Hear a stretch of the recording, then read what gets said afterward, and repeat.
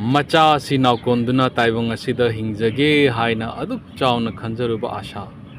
मिकुप अमदा मांगखिदो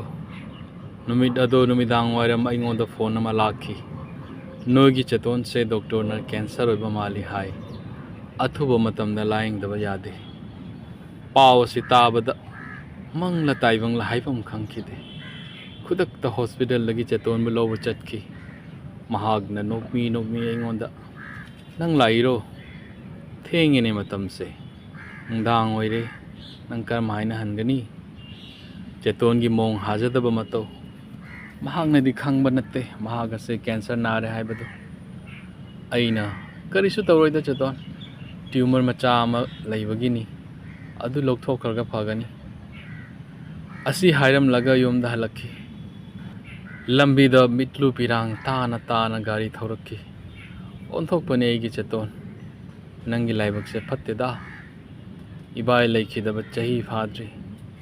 इबाई काइनबगी अवाब फाव कोक्ट्री हौजुक नमु कैंसर ना नारबा ईश्वर इबुंगो फजना सानै को लीला से पिकलिबा मचानुपा असिना कैदोबा नहान मखैदी पाव ओइना ताय अदुगी मिदो कैंसर ना नारे कैंसर ना नाबदगी लैखिद्रे असिगुम्बा पाव से ताबदा अखोइना खुरु खुराय सुनै हौजिकना अखोइदा थोलबा अंगपने ताइबंग ngasi kari oini hayeng kari oini khangde athuba matamda Guwahati B Borwa Cancer Hospital da puduna layeng machat thaki tumor lokthopagi operation tawba numit aduda chetona kimanduna nikhiba masa mapishu ororo tai taibang shemba awaba piba operation theater changkibaga mikup khudingi aina lai khuramjaki operation खाइबोक चलगा doctor ना आइबु कौरे आइंगोंदा यंगहली कक्थन लौथोरगलब tumour अदो मखा ताना doctor ना हाय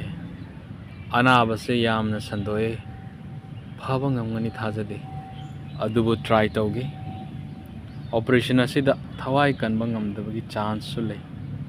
ऑफम असि ताबदा खुक्थक ब्रजा ताबगा चप मानखी ऑपरेशन लोइद्री फाव आइने इशोरदा खुरमजकी ऑपरेशन मनुंगदा थवाई तदि कनबियु चेतोन की पुंसीना लैरिबा मखै आई सेवा तौजगे ऑपरेशन लोरबा मतुंगदा डॉक्टर ना हाय अपो मपुन म लौथोपा ngमद्रे आइगी चेतोन से याम लबदा चही अनि हिंगबा याय अदुसु हॉस्पिटल दा हाग लैतना विजिट तौबा ताय आइगी चेतोन दि महाग ऑपरेशन तौबा लोइरे फरे हायना खंजकी कैंसर ना नारे हायबसे महाग मसाना सुंगया याखिदे महागना अदुक्की मतिक मचा से कोने हिंनिंकी मचानुपा से नुंगसिरिबा तनोय हेक लाउरदना ममा मचागी मतौदु बद यामना नुंगाइते अइना चेतोना लैरिबा मखै अवाबदी ओहलरोगे हायदुना चेतोना मसुंग मचानुपाबु याम कोहनकी गुवाहाटी पल्टन बाजार फैंसी बाजार कामाख्या मंदिर दिगोली पुखरी अचौ मॉल सिंह चेतोना कोई खिदमा मफम लैखिद्रे यामना नुंगाई खिमी कुप खरदो अनोबा यनिंग थादा अनोबा असंगबा उपालगी ओनाना हरावना हाइन हुमना सानबगु चेतोन अमसुंग मागी मचानुपाना यामना हरावमिनखी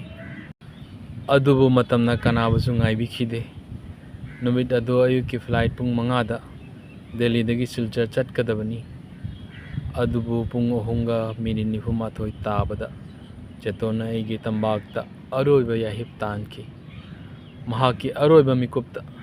मचानुपा अदुबु वीडियो कॉल द नुंगसीना येंगलमलगा तुमिन्ना उसिंखिबदगी